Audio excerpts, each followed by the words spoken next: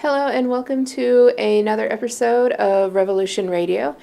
Today in the studio you have Tanya and Jay. And today is a Wednesday and it's actually been a very busy day. We have a call-in coming soon, hopefully. He's kind of an important fella. His name is Ben Norton. Jay, can you tell us about Ben Norton? Ben is one of the best journalists, I would say. I don't know. I don't want to even just say American journalist, but No, because he travels everywhere. A lot of foreign politics. He has a lot of insight, domestic and obviously afar. But he's one of the few journalists that you can actually trust. He doesn't have an agenda. He's not paid by any big corporations on the left or the right. He actually, does something that a lot of journalists don't do, and that's he actually travels to the places that he's reporting on. Yes. So yeah, I'm very excited to have him in. Really, really nice guy, really cool guy. I've been following him for a while, and when he reports something, he leaves his sources. He leaves, pretty much proof.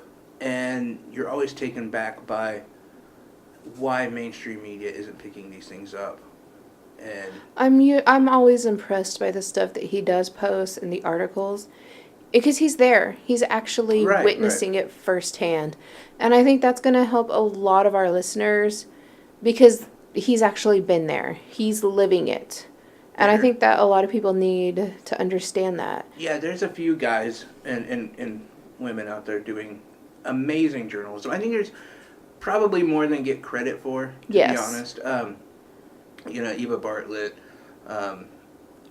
Max Blumenthal, Aaron Matei, Ben Norton. There is a list of these that you can follow, and you're going to have journalistic integrity. Where if you're a big Hannity guy or Rachel Maddow. It's all going to become, for one, it's going to be clickbait, and if it's not clickbait, it's pushing a narrative that, I would say has also lined your pockets, or at least the company you work for.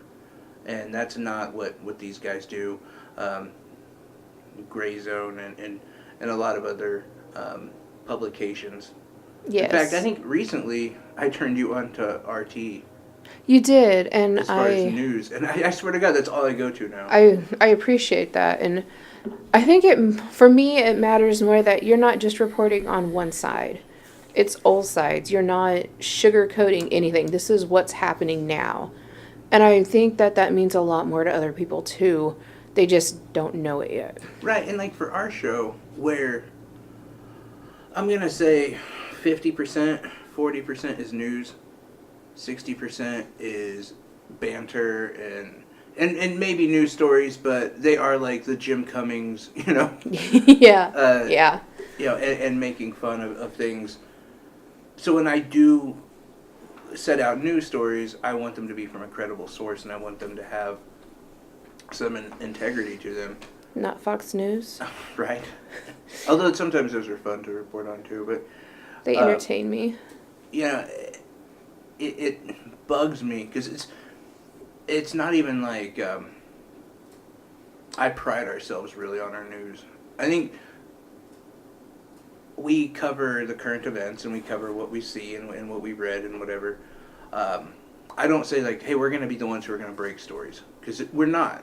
We're 3 people, 5 people at max, who get around and discuss what's going on, and a lot of times we're just there to crack shit and that does remind me though, and let people know about stuff. Because you said 3. We're not 3 today. Cody is still out with the. I don't even know what the hell he has anymore. Well, I was just gonna say though, my point I was gonna. Was that we have more integrity on what we're reporting than these other. Oh, 1 second. All right. right. And from the ding dongs and ringing, that means that our guest has called in. And I would just like to say, welcome to Revolution Radio, Mr. Ben Norton. How are you today? I'm great. Thanks for having me. Well, it's a real honor to have you, definitely. Because we're a show that, as we were saying before, we do, I would say 60% of it is just banter and comedy and things like that. And then 40% is current events and news. And you're one of those people who has so much journalistic integrity and has got us reporting on actual stories instead of things like Russiagate and stuff like that. Yeah. So, yeah, you're definitely someone we're honored to have. Okay, so I see you guys are just Kremlin shills, obviously. Okay. Yes. That's what I got out of it. No, but thank you. I do appreciate that in all seriousness. And I don't want to necessarily imply as if everyone who works in the corporate media is they're all bad people, because there are good people, but then the problem is institutional, of course. The problem is systemic, and people who have integrity and who are willing to act on that integrity and want to actually challenge power, they're not promoted, they're not rewarded, and the people who are deferent to power, who toe the party line, and who don't rock the boat, those are the ones who are promoted and rewarded. So, unfortunately, it's not that I'm some great person, it's that within the apparatus of the corporate media as an institution, these people like me, we don't rise up. Yeah. What made you, turn down opportunities for, because I'm sure MSNBC and places like that have offered you positions. What has kept you to be, to have such integrity? Well, I think what's interesting about my case, and I think this is there are a few different reasons, but one of the primary reasons is I don't have to work in media, and I could go do something else. And in fact, there are many other jobs in which you could actually probably help your community more directly than through media. The thing about working in media is it's the long game, right? And it's not mutually exclusive. You can do other things at the same time. But a friend of mine who's also a good muckraking journalist, Adam Johnson, whom you might know, he's said this point a lot, and I agree with it, that one of the reasons that we are able to, not give an F, right, in the same way and be more aggressive muckraking journalists is because if it doesn't work out, we can just go do other work. And there are a lot of opportunists, there are a lot of professionalists who see media as their profession, not just something that they're doing for the good of society, for political reasons. I'm a journalist through and through, absolutely. I don't consider myself an activist. I don't organize protests and things like that. That's not my cup of tea, or I don't think that's necessarily a role that I'm effective in. But I also see my journalism as something very political. I see it as playing a political role in society as part of something larger, like social movements, like activists. Yeah, and in fact, I see many activists as more of my colleagues and comrades than I do other journalists who are only interested in being a professional journalist and making a living and being on TV. So having that different attitude is important because as a journalist, I don't think my responsibility is to get as many bylines. I could care less about being in the New York Times or the Washington Post, the Bezos Post. I'm much more interested in having a political impact and in helping to shine light on issues that need more light shined on them, that are being ignored by corporate media. So that's really a fundamentally different philosophy. And unfortunately, there aren't that many journalists who have that philosophy because, like I said, we work within corporate media. We live in a capitalist system. So journalism is seen as a job, as a profession, and not as a political activity you do for society. And see, I think that's what makes you perfect to be a journalist, taking that role of not how can I make money in this profession, but what can I do to help people, and going with that narrative. At least in my belief, that's kind of what journalism was supposed to be about a long time ago, and it has been, mutated. And I think that's what makes you really good at it, and that's where things like RT and even to an extent like the Young Turks and some other digital media should be our mainstream media instead of the what we have now. Yeah, I think that's a really good point. And again, it's also just about understanding what your role is as a journalist. And we don't talk a lot about role because if you talk about role, it's like, oh, that's very authoritarian. We don't have roles. We all just do what we want. We have this very individualist mentality that I just do what makes me happy. But it's like, no, I think people, they don't have some preordained role. It's like, I'm not a Calvinist. I don't think that some deity, secular or religious, gave us a role that we have to fulfill, but that you can play different roles in a larger social movement, in a larger society. And like I said, I wouldn't call myself an activist, but I see activists as colleagues in the sense that we are fighting toward a similar goal, right? Like as a journalist, I'm interested in challenging power and pushing back against moves toward war everywhere, pushing back against imperialism, fighting for justice, exposing injustices. Like these are all parts of a larger social movement. And then there are activists who use that information to help organize and fight for a better society. Whereas some people, at least they ostensibly say that their goal is to inform people. But what does it mean to inform people? Are you a professor? Are you a teacher? Because teachers are informing people too. They just play a different role. And frankly, a lot of journalists, because they have this mentality, it's a passive mentality instead of an active one. They simply go along with how the corporate media is structured, which is not about informing people. It's about advertising revenue. And once you think about it in that way, the role of the corporate media is not to inform people, and therefore the role of journalists who act passively, who don't push back against it, their role is not necessarily to inform people. It's to make ad revenue for the shareholders, for the media corporation they work for. And there are some rare exceptions, and there are people who push back against that system, people like Matt Taibbi, who do great work and who can work within that framework. But again, it's a matter of active pushing back and not simply passive resistance or passive work. Yeah, it seems like when you're discussing corporate media, that they all meet together, and there's a certain like Fox News, or said, okay, we're going to run with this story, you oppose us, and it's the same narrative pushed every day. I don't know how if there's any truth to the fact that they get the same news from the same sources, and it's just I don't know almost spoon-fed to us.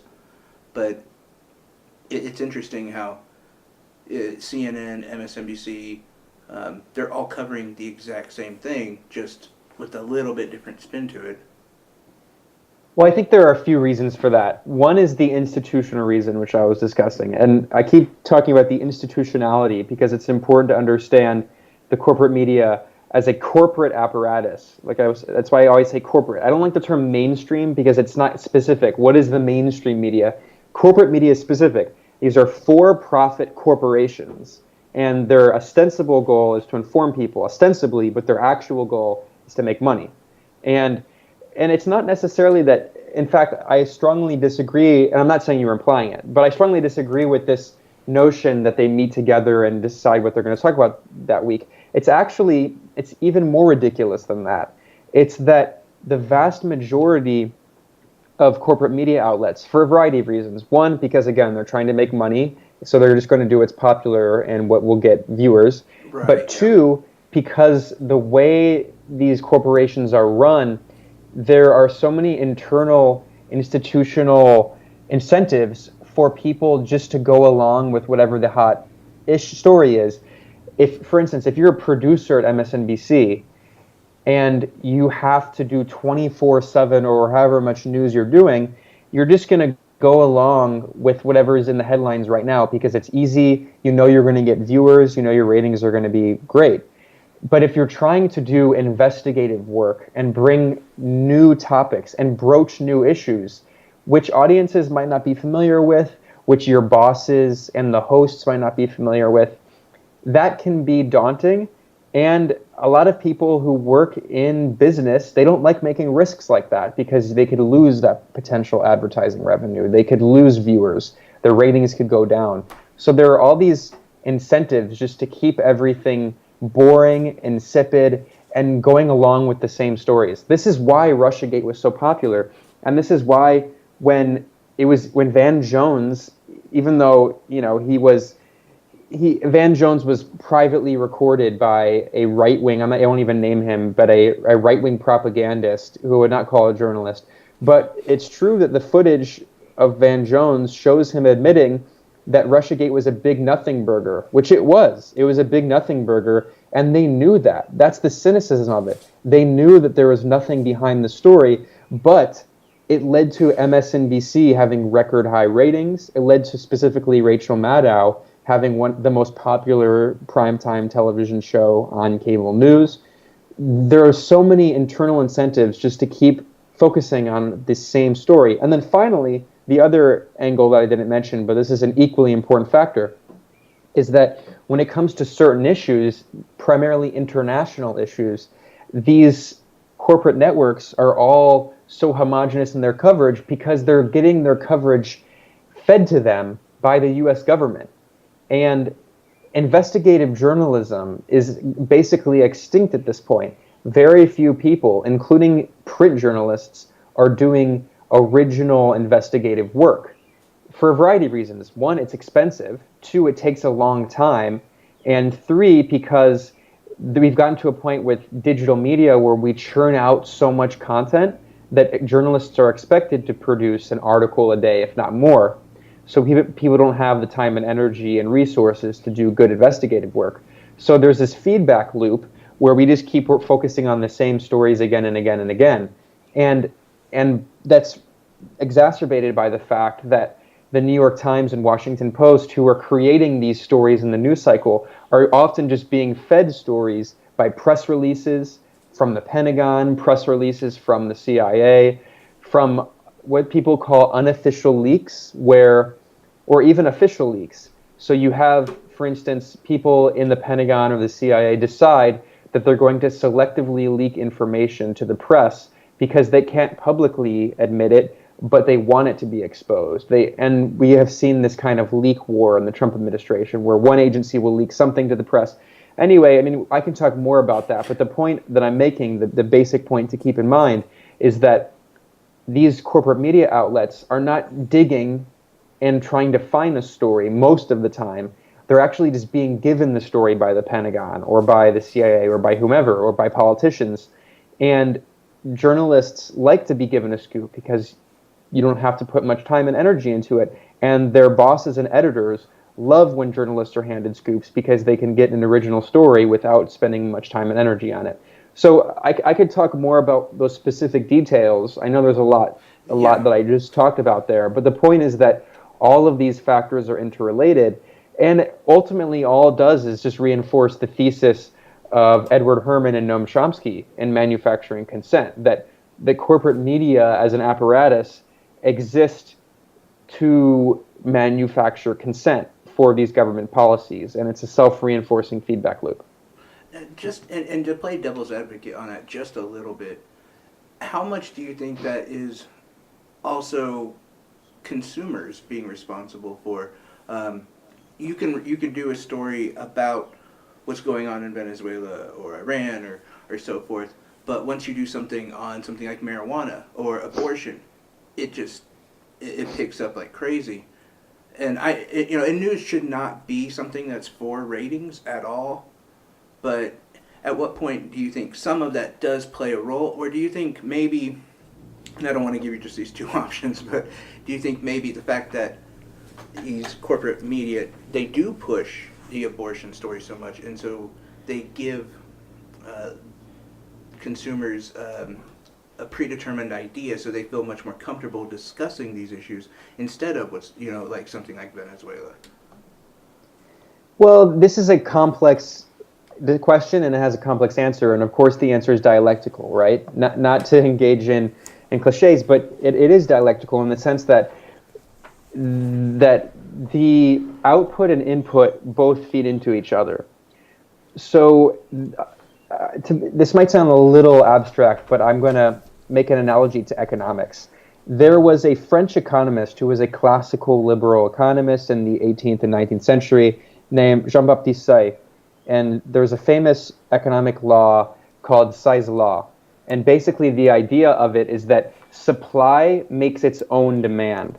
So when you have a supply of something economically, the fact that you have so much of it creates more demand for it economically. And that has a lot of implications in terms of economics, but I actually think it's equally true for understanding not just media interests, but also art, aesthetic interests, what people like.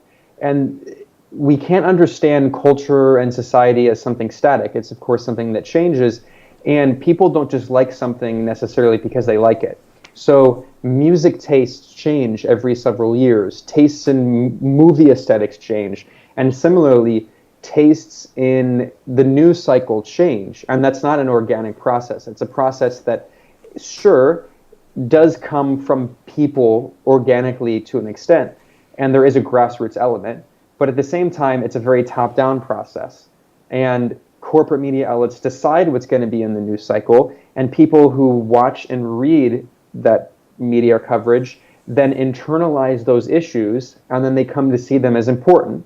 And it's a self-reinforcing dialectical feedback loop. So for instance, if corporate media outlets spend, case study here, hours upon hours upon hours every day for 2 years focusing on Trump-Russia collusion, of course people are going to start believing that's an important issue because they see it every single day on the TV, on the internet, in their newspapers. Every single day they're fed this story again and again and again. So then the supply creates its own demand. There's so much of that supply that people think it's important and they want to follow it. So they begin asking more about it. And it's a dialectical feedback loop.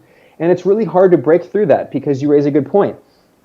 Let's say you're a progressive producer at MSNBC, even a radical one, and you want to broach some of these issues that are being ignored by the media. Okay, that's great. I know some people, in fact, who are producers at MSNBC who try to do precisely this.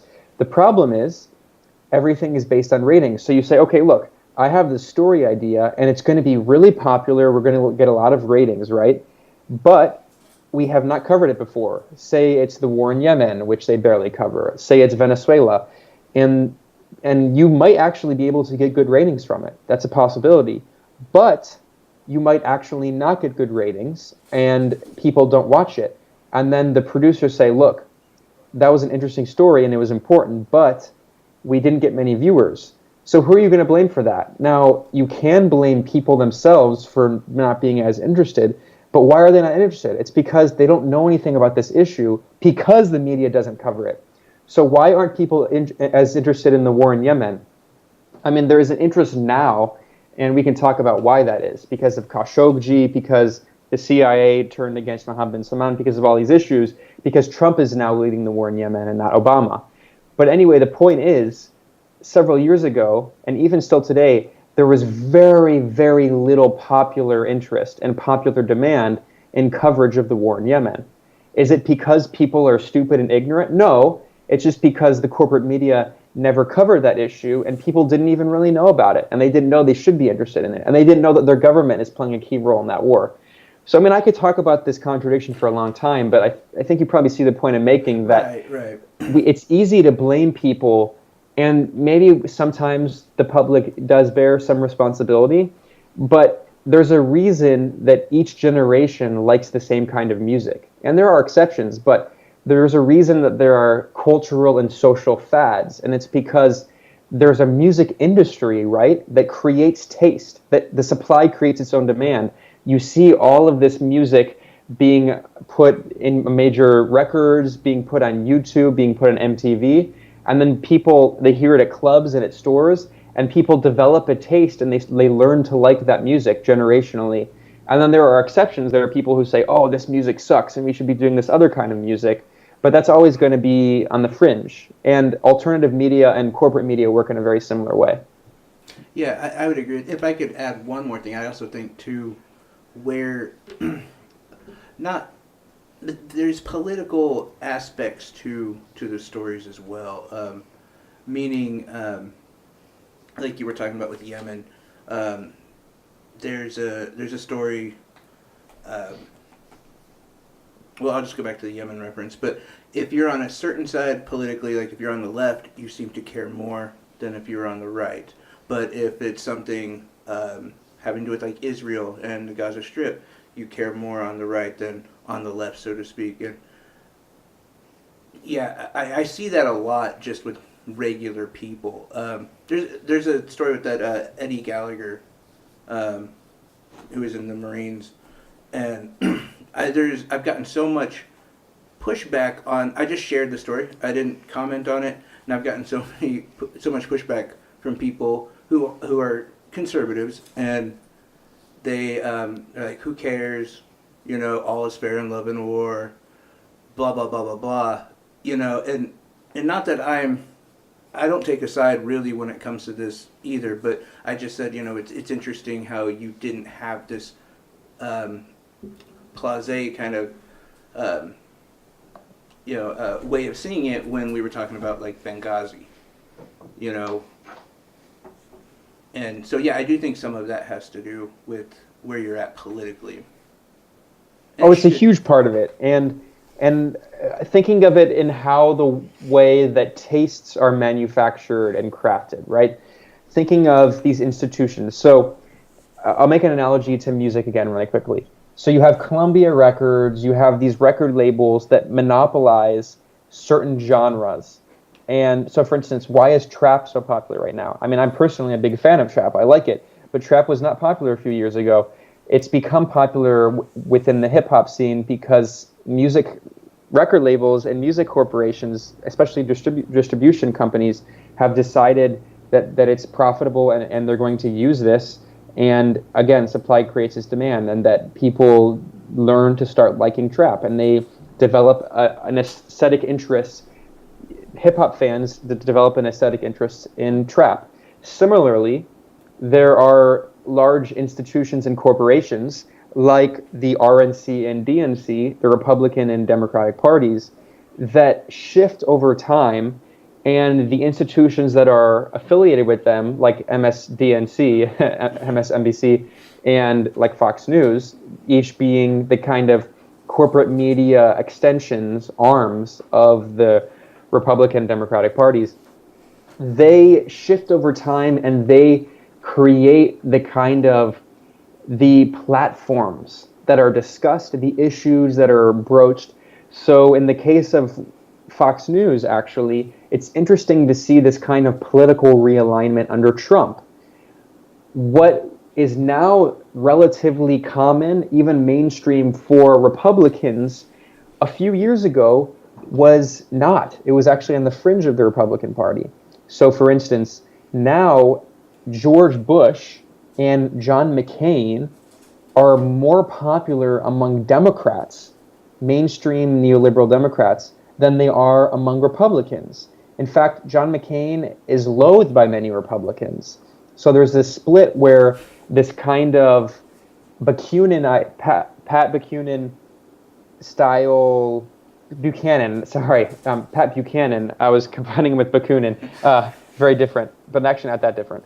Pat Buchanan style, Buchananite Republicans have become really the mainstream of the Republican Party.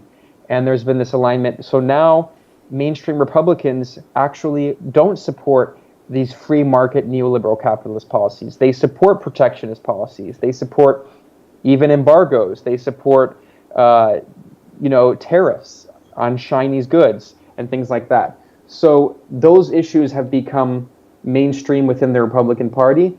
Fox News is talking about the importance of tariffs. It's no longer talking about the importance of the free market. And there's been a political realignment. Similarly, on MSNBC talks about how George Bush actually wasn't that bad of a guy. And MSNBC talks about how John McCain was a great American hero, of course, whitewashing both of these war criminals. Yeah. And similarly, Democrats begin to, especially kind of upper middle class neoliberal Democrats, begin to absorb these ideas. Now, at the same time, I don't want to discount the grassroots and the masses of people, because they play a key role in this, in pushing back against this institutional momentum that wants to move in particular directions. But then you have the masses that are pushing back against these institutions and saying, no, John McCain is a war criminal. No, George Bush is a war criminal who has the blood of a million Iraqis on his hand. But, I mean, again, this is a kind of long sociological argument. But the point that we just simply need to understand is that these tastes and interests are not entirely organic. They're crafted. And whether or not they're crafted by large corporate media outlets, by Hollywood, by music companies, by many things, fashion. I mean, there are just many different tastes, and there's a dialectical process, and there's an element involved of the grassroots determining its own tastes, of communities deciding what they like. But then a lot of it really is top-down. And that's why it's not surprising to see that as the Republican and Democratic parties, the kind of mainstream core of it, the ruling apparatus within these parties, as they shift politically, the corporate media shifts correspondingly, and popular tastes shift correspondingly. Because again, this is how society is governed. This is how consent is manufactured in a liberal bourgeois capitalist democracy, where the media is the way that people mediate politics. Because if you do that, they don't really engage in politics. They elect representatives who engage in politics. So the way of holding those representatives accountable is through the media, and then the way that these parties shift people's public interests and political ideas is also through that media. Yeah, no, I mean, just like how you had a lot of Democrats who came out against the idea of Trump pulling troops out of Syria, and really that's what we've wanted for a long time. Is, not to be in regime change wars, not to be involved in military actions that we perpetrate. But as soon as Trump says it, oh, it's a bad idea, we shouldn't do it. So yeah, but I don't want to take up too much of your time on this, because I did specifically ask you here to talk about Venezuela and Iran, and I want to start on Venezuela first. Just a quick rundown for anyone who's not caught up, and if I'm wrong, please fill in any gaps here. But in Venezuela, Juan Guido claimed election fraud. He announced himself as interim president. He claims a lot of poverty. He said people are eating out of trash cans. And that's why he should be in place, because of this election fraud. And, he then, and by the way, after he did declare himself as interim president, Mike Pence or Donald Trump, one of the two, tweeted almost immediately in support of him, as well as many others. And that's kind of where we were at. Am I correct there? Partially, for the most part. One key issue, though, that you said, and I'm glad you said it, because it reflects a media myth. Guaido did not really declare election fraud. The thing is, Guaido is part of a party called Voluntad Popular, the Popular Will Party, which is the most right-wing, extreme party within the Venezuelan opposition, which is very fragmented and divided. He didn't declare election fraud. His party boycotted the May 2018 presidential election. There was an election last year in Venezuela. In fact, we just passed the first anniversary of it. And the main opposition parties boycotted that election voluntarily. They refused to participate in the presidential election. They, of course, claimed that, the election is rigged, Venezuela is no longer a democracy, but they were the ones who voluntarily decided not to participate. However, there were more centrist opposition parties that did participate in the election, and the irony is that if the opposition hadn't been so divided and they actually ran in the election, they probably would have won.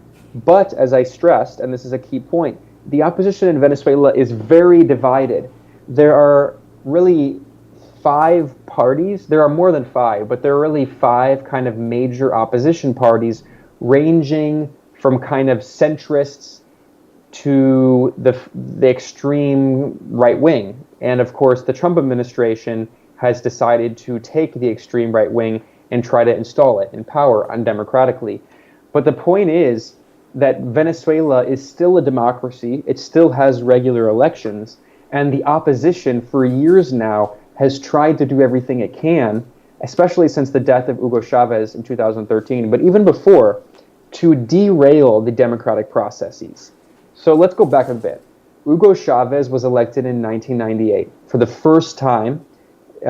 This is important because Venezuela had an actual military dictatorship, and the military dictatorship was overthrown in 1958.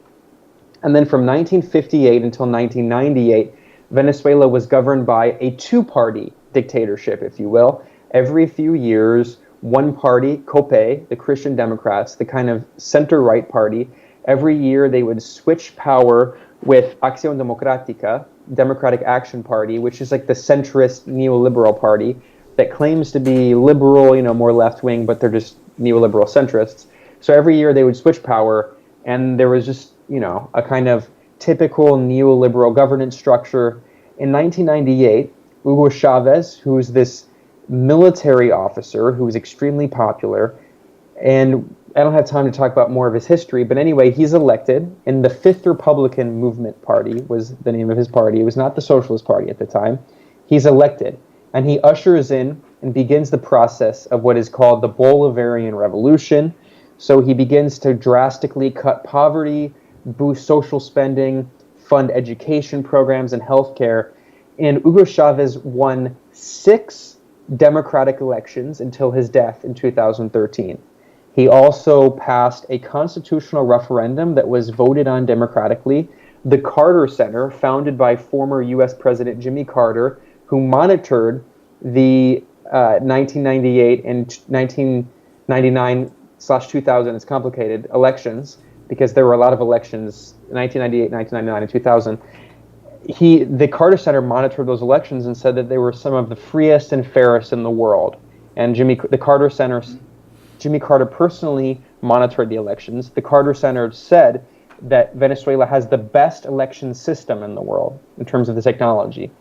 Now, in 2002, in April, the U.S. government, under then President George Bush, backed a military coup against the elected government of Hugo Chavez. No one contested in any way that Chavez was freely and fairly elected, but the U.S. still overthrew him in a military coup.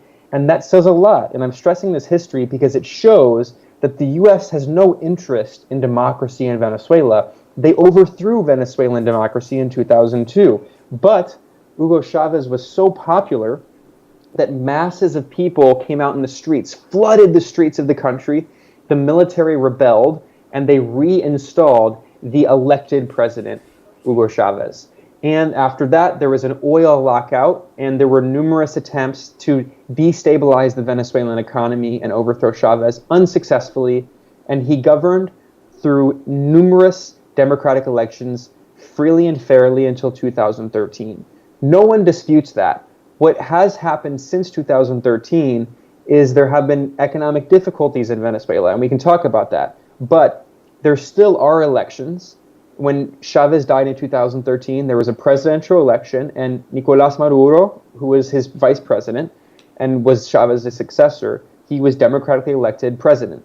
And that leads us more toward today. And we can talk about the specific instances leading to today, but the point is that Venezuela is still a democracy, and the opposition has been divided and unable to defeat the United Socialist Party of Venezuela, which is the party that Chavez later created.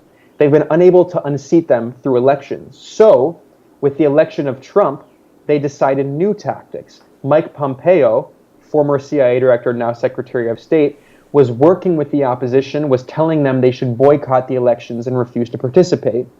And then there were also the violent guarimbas, the violent barricades and attacks on the state and attacks on Chavistas of 2014 and in 2017, where the extreme opposition was actually killing Chavistas, lynching Chavistas, burning black Venezuelans alive, and attacking government facilities, attacking security forces.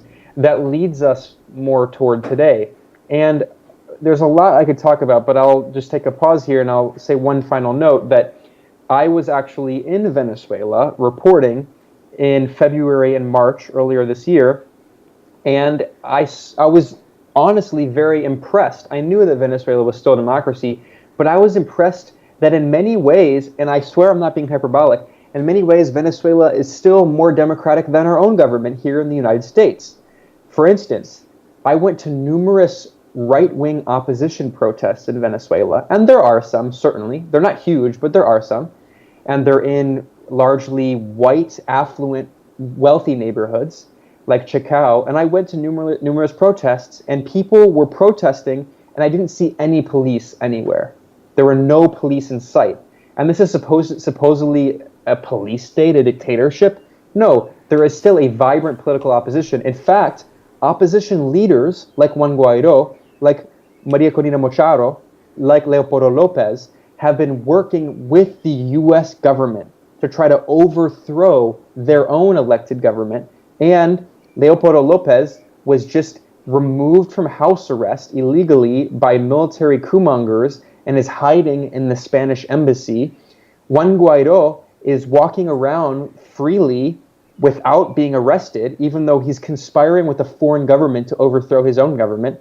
Maria Corina Machado is also walking around. I saw her with my eyes speaking at a protest, and she's conspiring with the Trump administration to overthrow her government.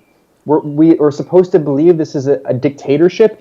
In what kind of dictatorship do politicians, elected opposition politicians, conspire with a foreign state to overthrow their president and then walk around freely? Can you imagine if Nancy Pelosi was actually conspiring with Russia to overthrow Donald Trump? We would never hear the end of it. She would be in prison. She might even be hanged. But the point is that Venezuela, although it has issues, we can talk about it, it certainly has issues. Venezuela still is certainly a democracy, and Juan Guaido was never elected president. He was appointed president by the Trump administration. The only reason we even know about him is because when he self-declared on January 23rd, it was because they had planned it for weeks before with the Trump administration. It's because the day before, on January 22nd, Mike Pence personally called Juan Guaido, and Mike Pence said, yes, this is a green light.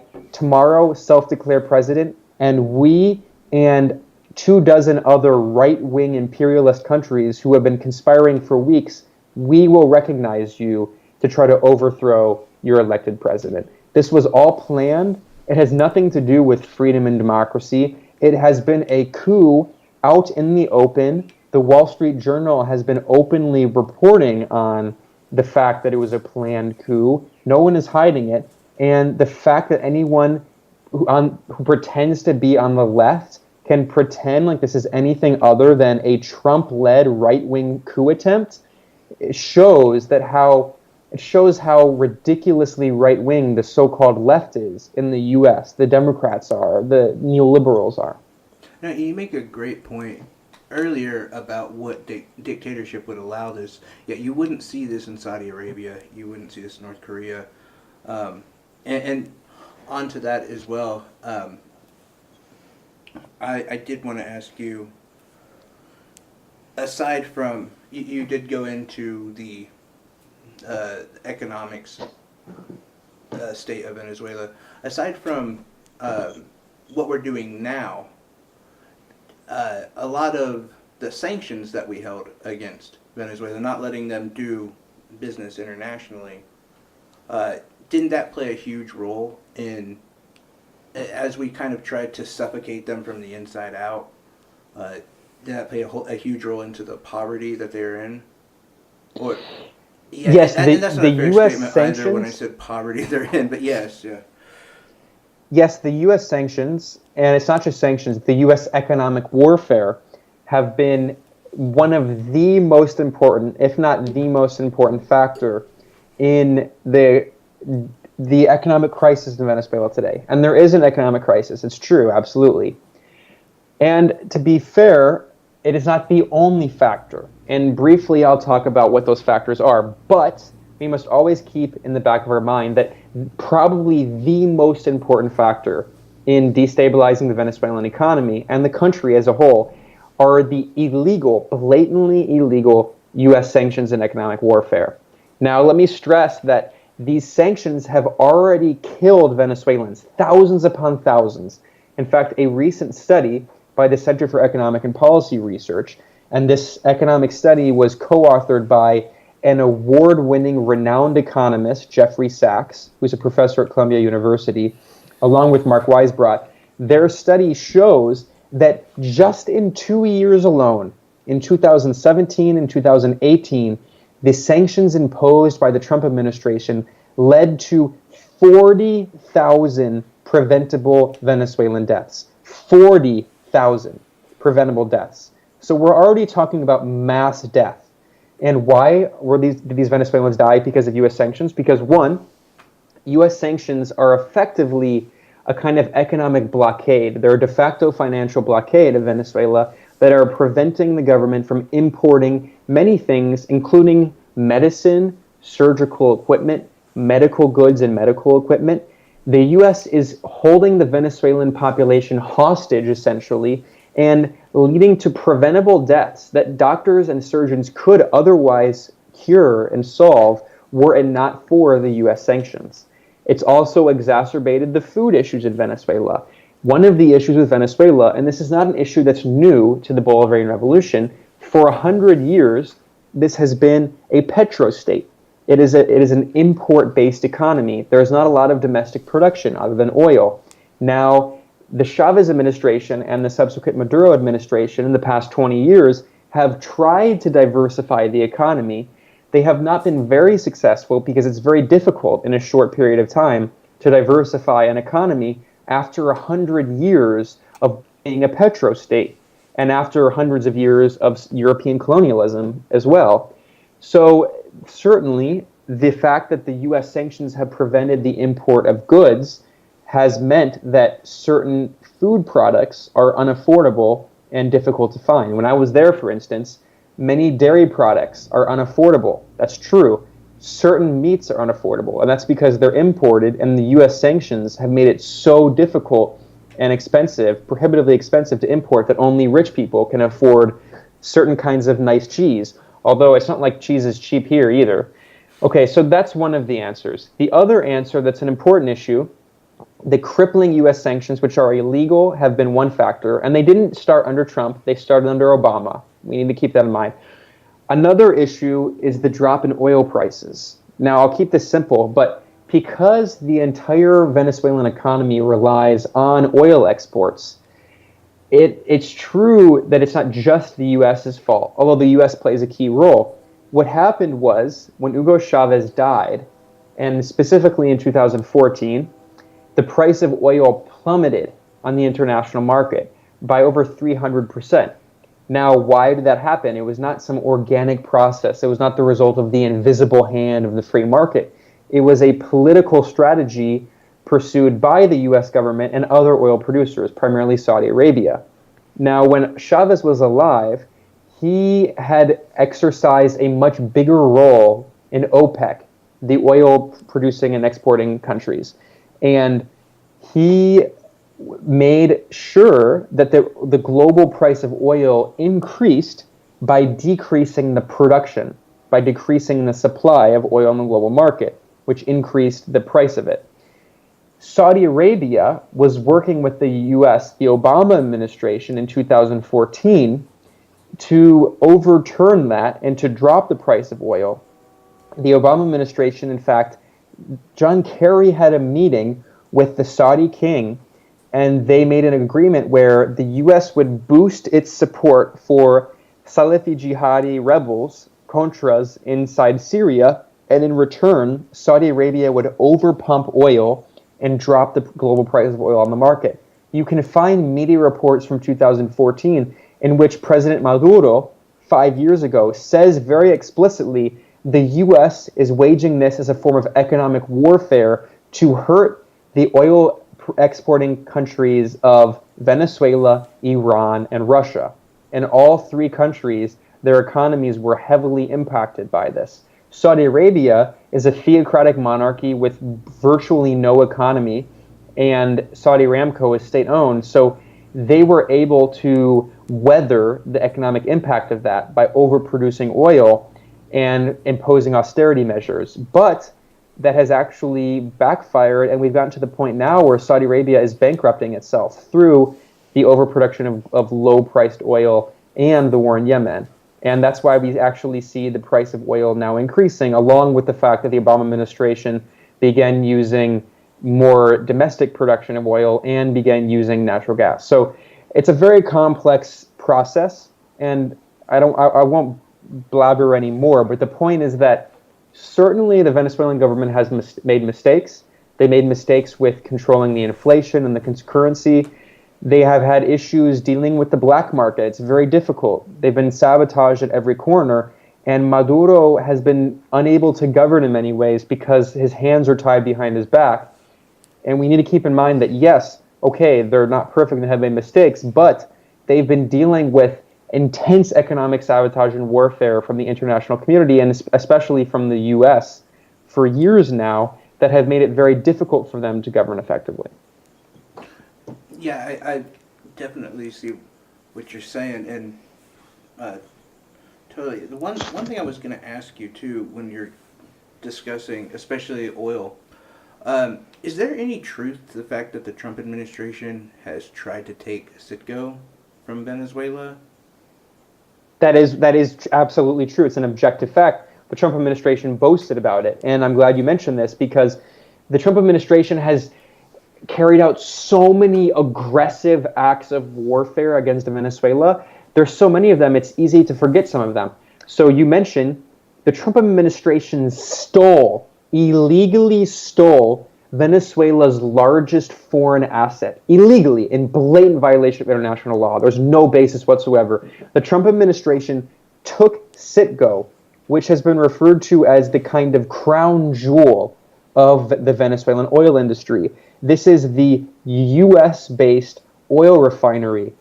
The U.S. simply stole it and handed it over to Juan Guaido to try to fund his fake coup regime that was unelected.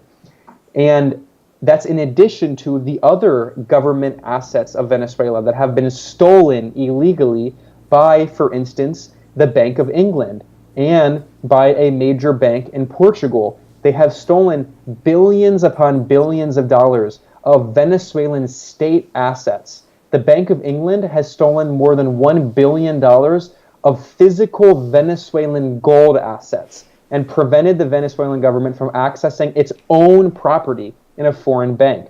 This is economic international warfare against the elected government of Venezuela, and there is no basis whatsoever under international law for this. But of course, it's impossible to take international action against these banks and these countries because if there were action at the UN, the US and the Security Council would block any action and would likely prevent similar action in other UN bodies and the WTO. And of course, the World Bank and the IMF are also basically tools of Washington. And if you read the US Army's Unconventional Warfare Manual, which was leaked by WikiLeaks, you could see that they describe the World Bank and IMF as financial arms of U.S. imperial power. And that's, of course, why Julian Assange is now a political prisoner. It has nothing to do with his personal life. It's because he exposed crimes of the empire, and it's because he published things like that U.S. Army Unconventional Warfare Manual. Right, yeah. And I also wanted to ask you, too, another thing. And I don't know if the two are related. I have heard this said many times on one side of the political spectrum that Vladimir Putin called Trump.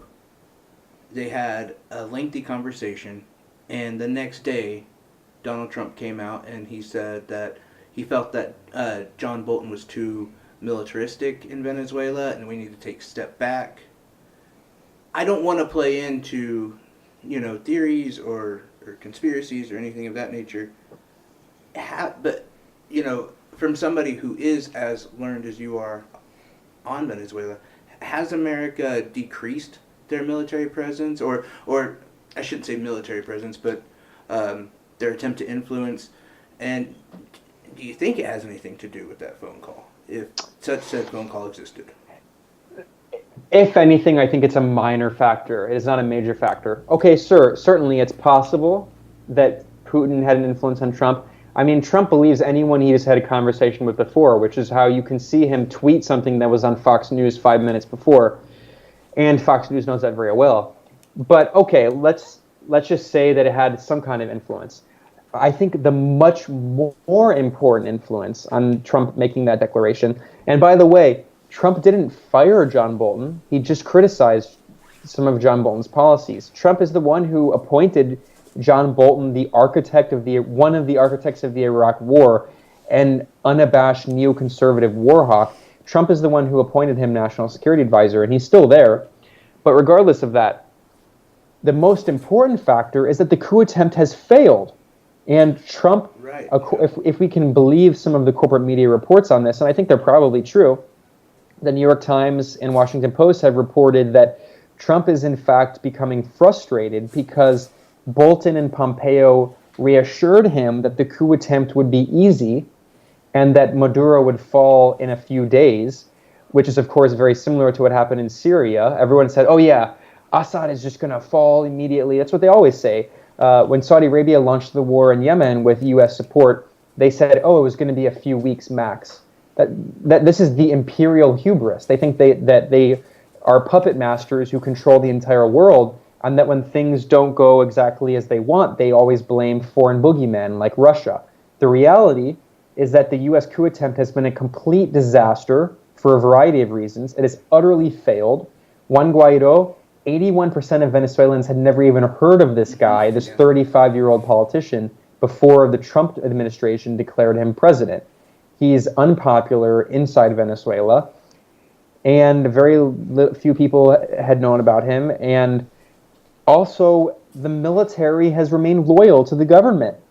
The Trump administration has now has overseen 2 military coup attempts, at least that we know of, and both of these putsches have failed miserably. So, for instance, there was one right before May Day, ironically, on April 30th, there was another military coup attempt, and Guaido said, okay, the military is going to rise up with me.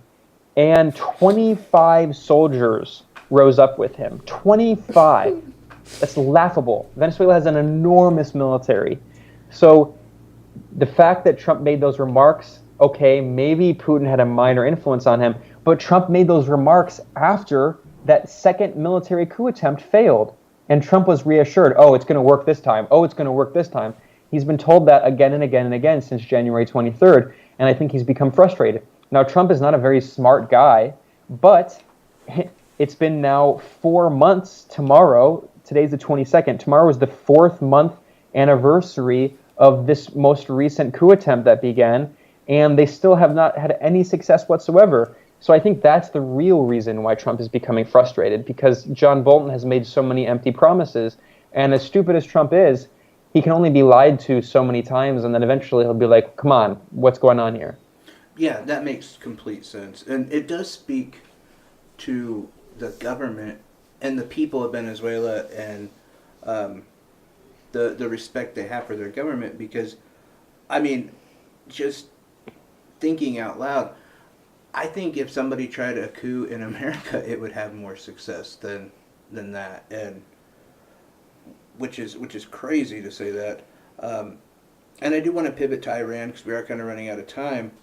To kind of tie these two together, do you think there was any sort of idea that, okay, Venezuela's going to be like a preseason and Iran's going to be a regular season game, and they were just kind of setting up for what they want to do in Iran, or because they seem to be kind of playing in the same tactics in a lot of ways.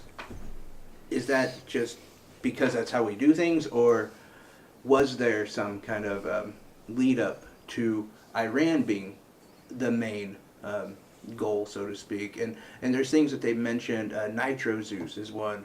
I've been curious if that was actually used in Venezuela to take Venezuela off their power grid. They've said they're going to use that in Iran. Just kind of wondering about how those two compare. Well, there's a lot to respond to there. One, on the electricity issue. When I was in Venezuela for a month earlier this year, I never had any electricity issues. Now, there were some water issues, that's true. There are some infrastructural issues, although I've been in many third world countries that also have infrastructural issues, but the water issues in Mexico and Colombia are never blamed on capitalism. But anyway, I digress. There is quite a bit of evidence that suggests that the U.S. has been sabotaging Venezuela's infrastructure. In fact, Marco Rubio has boasted about it on Twitter very explicitly. Pompeo has made many hints. I don't doubt in any way that the U.S. is carrying out cyber attacks against Venezuela's electrical grid. In fact, I made a video for the Gray Zone, where a website I help run with Max Blumenthal, an investigative journalism website, thegrayzone.com. And we published a video showing how, in fact, in some popular video games, like Call of Duty, there are missions in Venezuela where they actually reenact putting a virus inside Caracas, Venezuela's electricity grid and putting out the light. So this is not in any way some kind of extreme science fiction idea. As you mentioned, there's a lot of evidence that the U.S. has been carrying out cyber attacks against Iran. So why wouldn't they do it against Venezuela as well? Now, on the issue of Venezuela and the warmongering, I want to answer this question pretty carefully, but I'll just first say I don't think the U.S. can realistically wage war.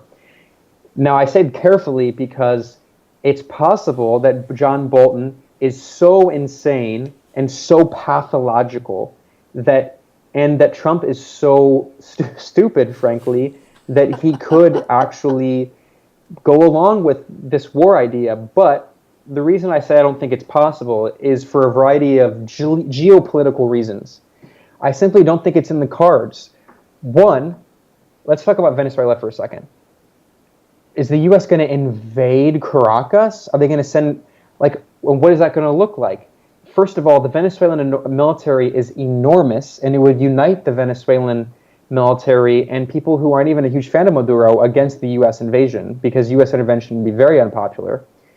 So it's very unlikely that the U.S. would directly invade. An election is coming up, and Trump is worried about approval ratings, and a lot of this Venezuela and Iran saber-rattling is, in fact, I think, partially domestic to rile up his base as we're coming into the beginning of the 2020 presidential campaign. And that's why he gave his big anti-Venezuela speech in Miami and Florida, which is a key swing state. And in addition to that, okay, let's say the U.S. can't realistically send troops into Caracas. Let's say Colombia and Brazil send troops in. Colombia is going through a peace process with the FARC. It's a very complicated situation politically. I don't know if they, I don't think they, who knows? I don't think they could realistically send in troops. Now, they might send in Contras to wage a kind of terror war, and I think that's actually the most likely possibility. Instead of a conventional war, you have an unconventional, decentralized guerrilla warfare campaign of terrorism, just like we saw against Nicaragua in the 1980s. Mm-hmm. I think that's the most likely scenario. And that was under John Bolton as well, right? Well, not Bolton, but it was under Elliot Abrams. Elliot Abrams oversaw that, who is the special envoy in Venezuela. And then finally, there's the issue of Brazil.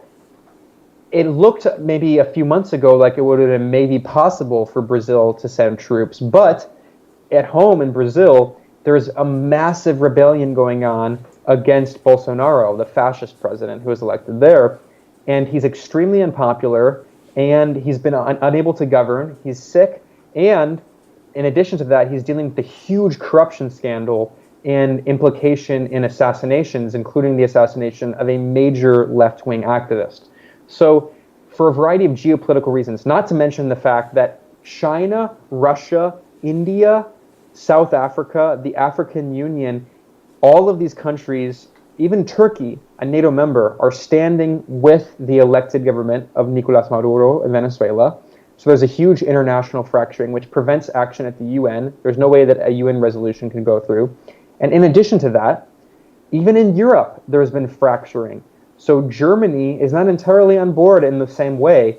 Even France is kind of fracturing. So the U.S. doesn't have the support it would need. Now, it's true, John Bolton is a maniac. He's a complete unrepentant warmonger. It's possible that he could try to launch a war. And similarly for Iran. But the thing is, in Venezuela, they would lose the war. It would be a horrifically destructive war, but they would lose it. And in Iran, oh my God, it's a whole different level. In Iran, the Venezuelan military is big, but it doesn't have a lot of experience. The Iranian military, they have experience fighting against Saddam Hussein in the 1980s in an 8-year war. They have hardened generals who are ideologically committed to the Iranian Revolution. They have allies. They're not proxies. The media always says proxies. They have allies in Iraq, in Yemen, in Lebanon, in Palestine, and other countries. If the U.S. actually launched a conventional war in Iran, it would immediately erupt into an international war across the entire Middle East, which the U.S. has already been waging. The war in Syria was an international war, but it would make the war in Syria look like child's play. That led to the death of hundreds of thousands of people. We're talking about such a catastrophic crime that could even potentially bring in Russia, that could potentially bring in China and Turkey. So the thing is, that was a long answer, like a lot of my answers, but the point is that these issues are complex, and it's possible that, as stupid as Trump is, he could be convinced into one of the most insane ideas imaginable, a war with Iran. But the point I'm making is, for a variety of geopolitical reasons, Europe would not be on board. I just don't see how the Trump administration could do that. So I think the strategy is not actually a conventional war. The media is using these scare tactics, like reporting on this meeting that they had, talking about all these troops to be sent to the Middle East. I think these are scare tactics that are being used to justify the blatantly illegal other forms of indirect warfare against Iran.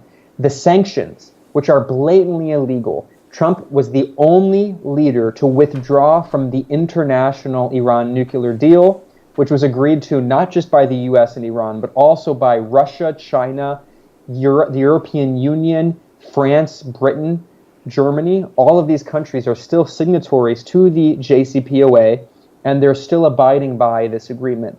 Only the US has withdrawn and has illegally reimposed sanctions on Iran, which is another form of collective punishment and economic warfare that is harming Iranian civilians and preventing the government from importing medicine and medical equipment, just like in Venezuela. These are the wars. The wars are already being waged. And for a variety of international reasons, in a reflection of the decline of the U.S. empire, I simply don't see how the U.S. could wage a conventional war on these countries. And that itself, the fact that after the illegal invasion of Iraq, the U.S. cannot carry out another similar illegal war, is a reflection of how U.S. power has been in decline since the invasion of Iraq. And we have seen the rise of countries like China, Russia, even Turkey, even India, that are increasingly acting independently and putting a check on U.S. power and preventing it from wreaking havoc across the planet. Now, it's possible that the Trump administration is just so insane that they could wage a war, but that would be the end of the U.S. empire. The U.S. empire is already spiraling out of control. That would be the Nero burning Rome, fiddling his violin as Rome burns. That would be the moment of complete destruction. And hopefully we don't get to that moment. No, I agree with you, too, in the fact that we already are at war.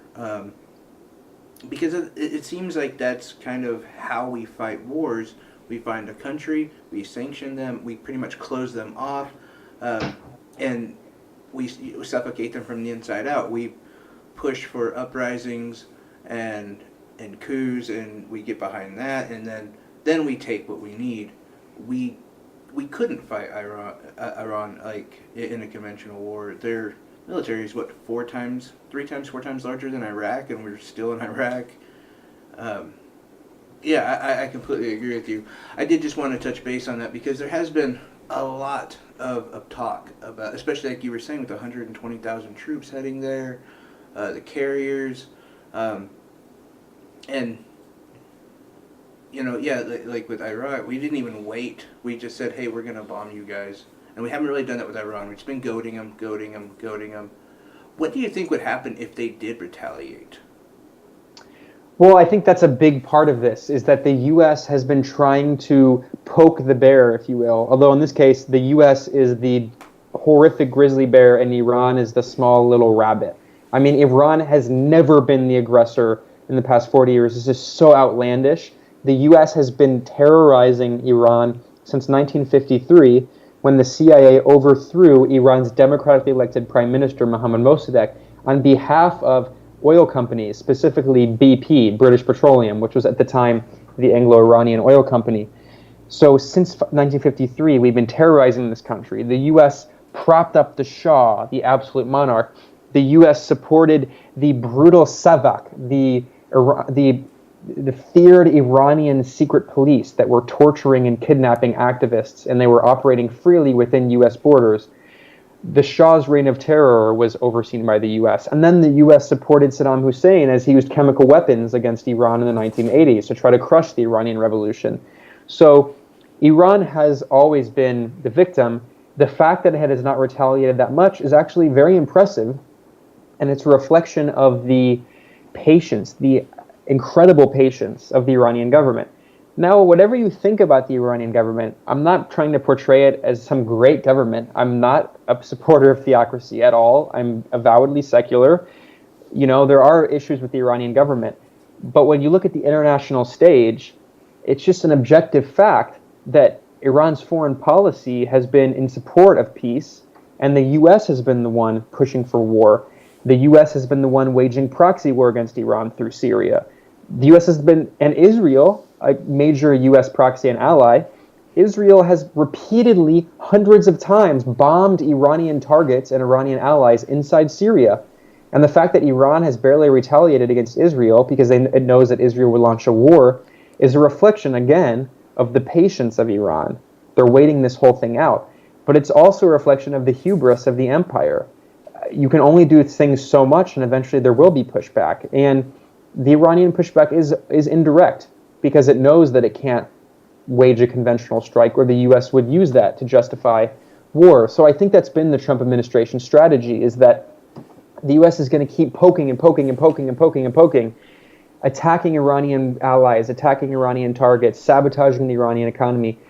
And then if Iran does respond and retaliate in some way with a missile attack, with some kind of attack, then the U.S. will use that as justification for further aggression, just in the same way as Israel is trapping nearly 2 million Palestinians in a concentration camp in Gaza, controlling the food and everything that goes in, suffocating people. I mean, they have no lives, preventing them from leaving, holding them hostage, and then as soon as some Palestinians fire back in self-defense, Israel uses it as an excuse to launch dozens of airstrikes and to level parts of Gaza.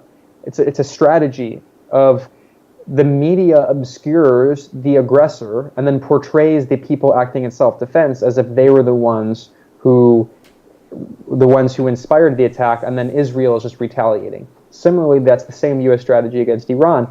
But like I said, it's a waiting game. The U.S. can only do it for so long, and the U.S. empire is declining. Its own allies in Europe are even, to an extent, not strongly, but kind of quietly rebelling against this policy, because not necessarily for progressive reasons, but because French and British capitalists, they want to do business with Iran. And Iran is a large economy. And now the U.S. is threatening its own allies with secondary sanctions, including India, Turkey, France, Britain, with secondary, including South Korea and Japan. The U.S. is threatening these countries with secondary sanctions if they continue to buy oil from Iran. That policy of being the big bully, the world's bully, can only work for so long. And eventually some people, including U.S. allies, are just going to stand up and say, no, I'm not going along with this. And the fact that Turkey, a major U.S. ally and NATO member, that's the beginning of the fracture. And I'm certainly no fan of Erdogan, who's a reactionary and has his own issues. But the fact that even Turkey is now exercising its own independent foreign policy and is actually not being as aggressively anti-Iran as the U.S. wants, and is actually recognizing the elected government of Venezuela, Nicolas Maduro, that is the first sign of the unraveling of this international system. So, yes, it's sad and it's unjust and it's criminal that the U.S. can continue with these forms of aggression unchecked, but the Trump administration is accelerating that decline further and further, and there's only so much longer that they can continue to carry out these aggressive policies. Yeah, especially with the secondary sanctions. I mean, I know that they're waiting. Well, I don't know, but I could guess that one of the benefits of Iran retaliating would be that they could garner more allies to help them, to help us, if you will. But yeah, as you were saying with those sanctions, you're gonna have a lot more of our allies that pull back and not help like we would want them to. I did want to ask you one more thing in regarding Iran. Is there any are there any signs that we might be more aggressive in the future, or is this kind of just a long waiting game, like you were saying? Like, is there a goal? I should also say that. That's probably a better answer or question. The goal is very clear. The Trump administration says it itself. The goal is regime change, which is a polite term. The goal is overturning these independent governments in Iran, Venezuela, and any other country, and installing right-wing neoliberal governments that will be loyal to Washington and that will follow America's orders. Those are the goals. They say it very clearly. Those were also the goals under Obama. He was just much more implicit about it. He was much more careful. He didn't say it so. He didn't say the soft parts loudly, and the loud parts quietly. So we know the goals, and the tactics are complete, total war on the civilian populations of these countries through economic warfare, crippling the Iranian and Venezuelan economies, also the Cuban and Nicaraguan economies, and anyone who stands in the U.S. way, and trying to prevent their governments from being able to continue governing by preventing the government from importing medicine and food, by sabotaging the economy, by isolating the countries in the international market, by preventing them from getting access to international capital and loans. Those are the tactics, and we know the goals. And unfortunately, I think it's a matter of waiting. We don't know what they're going to do, but they're already waging war against the civilian populations of Iran, of Venezuela, and of other countries. And like I said, it's only a matter of time until that bubble bursts and it begins to backfire. And it is backfiring. But in the meantime, the unfortunate truth is that Venezuelan, Iranian, Cuban, Yemeni, Nicaraguan, and many other people, these civilian populations, they are the ones who are suffering from these policies. Without a doubt. And I think that there's so much to be said about that. And honestly, I'd love to keep going. We have to let you go, though. Before we do, though, I did want to ask you, aside from the gray zone, is there anything else that you're currently working on? Yeah, so just to replug that, I help run the website The Gray Zone with Max Blumenthal, and we have a lot of exciting things coming out of there soon, including some Venezuela, Iran coverage, and other issues. That is The Gray Zone, American spelling with an A.com. And in addition to that, I co-host a podcast and video show with Max Blumenthal called Moderate Rebels, and you can find that online at every, iTunes, Spotify, every platform. That is Moderate Rebels, and you can check us out there. And where else can people find you? On Facebook, Twitter, all those outlets? Yeah, of course. I'm on Facebook. I'm on Twitter. If you just look up Ben Norton, it's pretty easy to find me. All right, great. I'm such a huge fan, and thank you for raising the IQ on our show quite a bit. Thank you so much. We'd love to have you back. Again, thank you. Thanks a lot. Yeah. It was my pleasure. Thanks for letting me rant. It's always good because everyone, when you interview, usually they try to keep it short. So I'm also grateful to you for letting me help to explain some of these issues in more detail. That's why we wanted to get you on. And anytime you want to come back on, I'm sure we'll probably bug you in 3-6 months again and have you back on. I'd be happy to anytime. Thanks a lot, Ben. Have a great day. Talk to you soon. And keep up the good work. It's very important that we have alternative media around the country and around the world like you all. And I know it's very thankless work. So thank you for, being a good person. And it's cliche, but thank you for being a good citizen, because we need people who are going to help make their communities and their societies better by doing this kind of thankless work. You've definitely made my day. Thank you so much, Beth. Have a great rest of your day. Of course, you too. And that was the Ben Norton. Oh my God, that was awesome. Are you excited? The thing is, I could have kept going. I think he would have kept going too. That was an amazing interview. I felt so dumb because I wasn't comfortable, and so I was stepping over myself. I would get in there pretty good, and then I fuck up what I'm saying. You know that scene from Wayne's World where they finally get to meet Alice Cooper? I don't want to hear it. And they go back there and they just know that they're going to be smart and they're going to have something intelligent to say. And then Alice Cooper goes off on this tangent about the Indians and how smart he is. And Wayne and Garth just dropped to the news saying we're not worthy. I know. You just want to do that, don't you? I honestly do, because as anyone's going to listen to this, they're going to tell within 2 minutes of him just, I think you put it best and you kind of wrote it down. The guy speaks 14 different languages, but we barely speak English. Right? I'm sitting here blabbing over trying to find certain words to use, and he's eloquently dancing around me with no problem, and I'm glad I'm on his side. I'll definitely say that. I think it's amazing. 90%, I'll say 99% of the time, because I know there was one time when we do interviews, most of the time nobody knows what we're going to ask. Nobody knows what is going to be said. He was prepared. He knew his shit. Yeah, he didn't even have to. And we didn't go over anything. Very basic. In fact, the beginning of the interview was just kind of free form. But yeah, and we've had this conversation too, where I've told you I'm not afraid of anyone in a debate circle. He would fuck us up. Terrified. And I feel like sometimes Cody and I, we could probably BS our way through it. No, this dude would kill us. He would kill us. And I do appreciate the fact that the first part of our interview, he talked about the importance of your news sources and the validity of them. Yeah, yeah. Oh my God. Well, and that's why I did want to set the table up, so to speak, saying, look, we're not you. And what you We're not do. you. We aspire to be that way. I come into the studio all the time, and I feel like I probably dickly say it. I don't know if dickly is a word, but I tell you guys, we're not those guys. No, we're not. We're not good enough. But on the other turn, we do have other aspects that maybe they don't. I don't know. They could probably make really rude jokes as well, yes. like we do. But it was just a pleasure to have him on. I appreciate the fact that he actually promotes different news sources. Do you know what I mean? Yeah, yeah. And I honestly didn't know that he was a founder of the Gray Zone.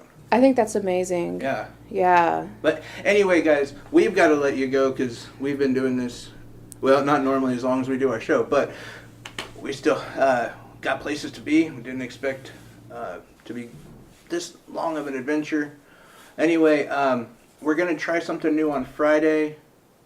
That'll be interesting to see how that works. Yeah. But yeah, tonight in the Midwest, we've got more rain coming down. Tonight is Wednesday night, by the way, if this gets put up later. Thursday, more and more rain. Our damn studio day is already flooding. It is very flooded. And that's only going to get worse. So we're going to try to Skype the show on Friday, and we're going to, hopefully that turns out well. I hope so. Again, thank you guys for tuning in for this special interview. This meant the world to me, and just so happy to have someone like Ben Norton appear. It gives us a little bit of credibility. Anyway, take care, guys.